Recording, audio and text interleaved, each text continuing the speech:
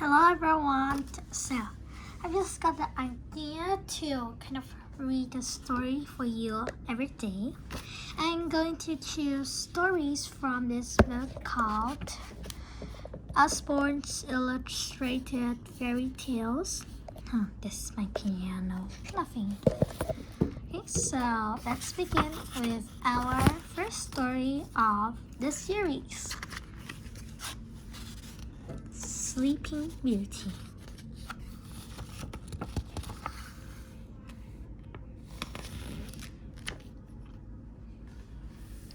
Long ago, a king and queen lived in a magical castle where they had everything they could possibly want except a baby. Year after year, the queen stitched and sewed tiny clothes, and the king spent long afternoons in his palace workshop making beautiful toys, but still there was no baby. One day, while the queen sat knitting by the lake, a bright green frog hopped, skipped, and jumped right onto her lap. "You shall have a baby, Your Majesty," said the frog. And with that, he bowed and leaped back into the lake. True to the frog's words, the queen gave birth to a beautiful baby girl. "Let's call her Rose," the queen said happily. The king was so pleased, he planned a great feast to celebrate. He asked 7 fairies to be Rose's fairy godmothers. On the night of the feast, they all flew into the castle, each clasping a glittering golden wand. "Let the feast begin," announced the queen, and merry music filled the great hall. The tables were piled high with scrumptious food, and everyone ate off silver plates. When no one could manage another bite, the fairies gathered before the king and queen. "We have some wishes for the Princess Rose," said Snowdrop, the first fairy, with a curtsy. She fluttered her fairy fingers. "Rose will be utterly beautiful." Then Honeysuckle waved her wand. "She'll be as clever as the king." The third fairy, Willow, floated over to the child. "She would be graceful and she'll dance to perfection," added Bluebell. Blossom and Buttercup wished that Rose would play music like an angel and sing like a nightingale. Everyone wondered what Jasmine, the 7th and wisest fairy, would wish for.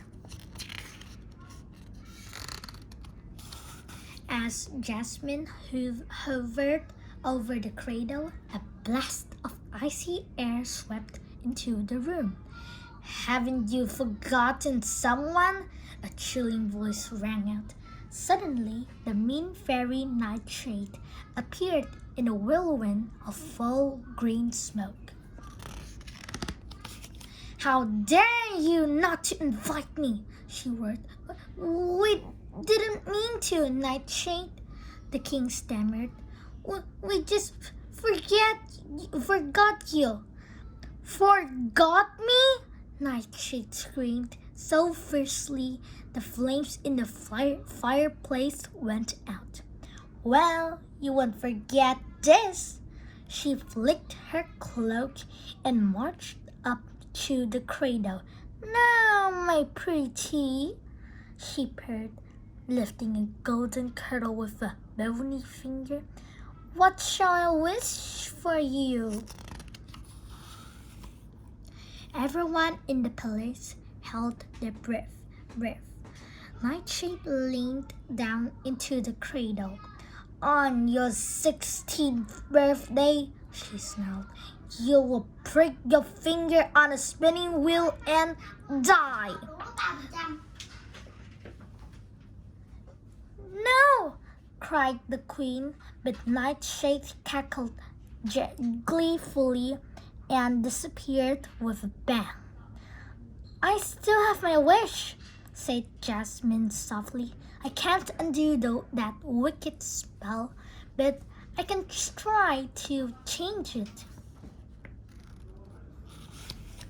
You will break your finger, little Rose, Jasmine began, but you won't die. You and everyone else in the castle will fall into a deep sleep. Only a kiss from your true love will break the spell. Burn every spinning wheel in the land at once, roared the king. Rose must never, ever see one. That night, the flames from the enormous bonfire could be seen for miles. They licked the dark sky like serpents' tongues. Excuse me, I need to close the door, okay?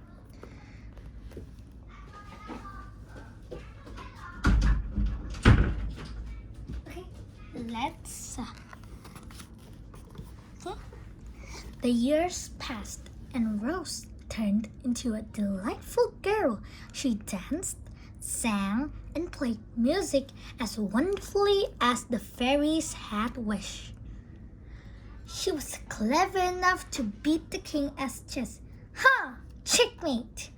She loved playing hide and seek in the castle gardens, and secretly she liked to sketch the prince of her dream. On her 16th birthday, the king and queen gave a huge ball for Rose. She swirled and twirled in a dazzling ball gown, and every prince fell in love with her. When the feasting was nearly over, Rose pleaded for a game. Hide and seek, she shouted and dashed off to the castle. Into the castle. She raised up a twisting staircase that she had never seen before. Soft singing floated down the stairs in trance. Rose followed the music. At the top of the staircase, she discovered a heavy iron door. Inside, an old woman sat hunched over a spinning wheel. Come and see, my pretty, she said, beckoning Rose with a bony finger. I'm spinning, my dear, croaked the woman. May I try? Asked Rose, touching the silky thread. Of course, said the old woman, taking her hand. At once, Rose snapped out of the trance. Ow! She cried as she pricked her finger.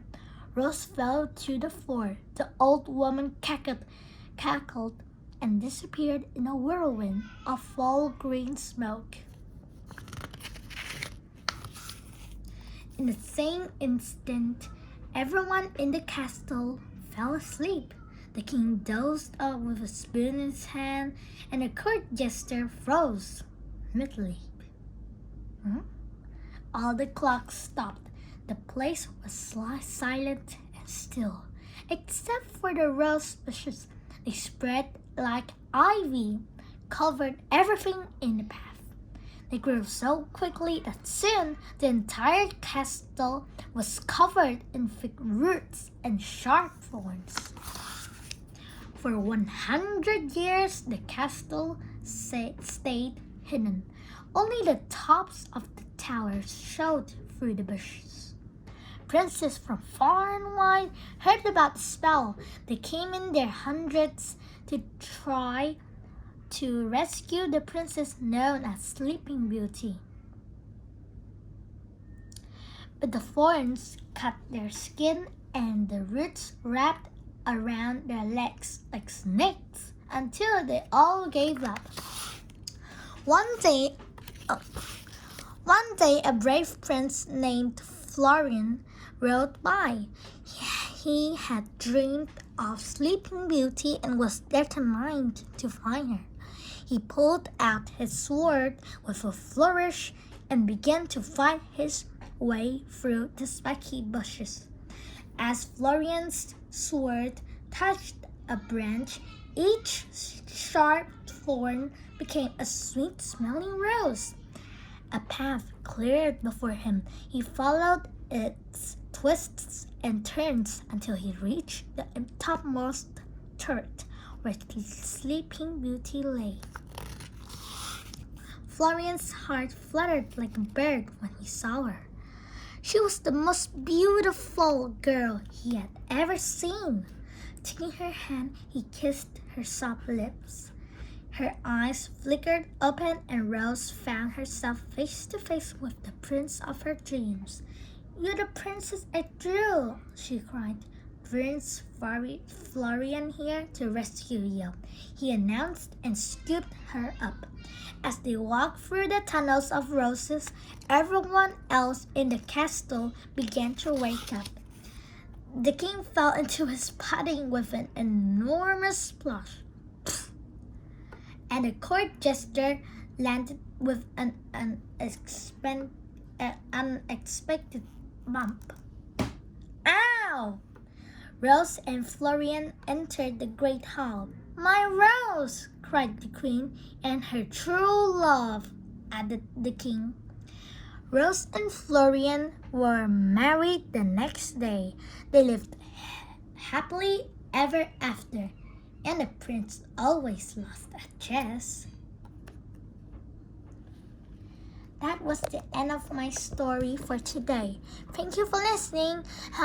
I hope you will like this story. Subscribe my channel to watch more stories about illustrated fairy tales, of course. Thank you for listening. Bye.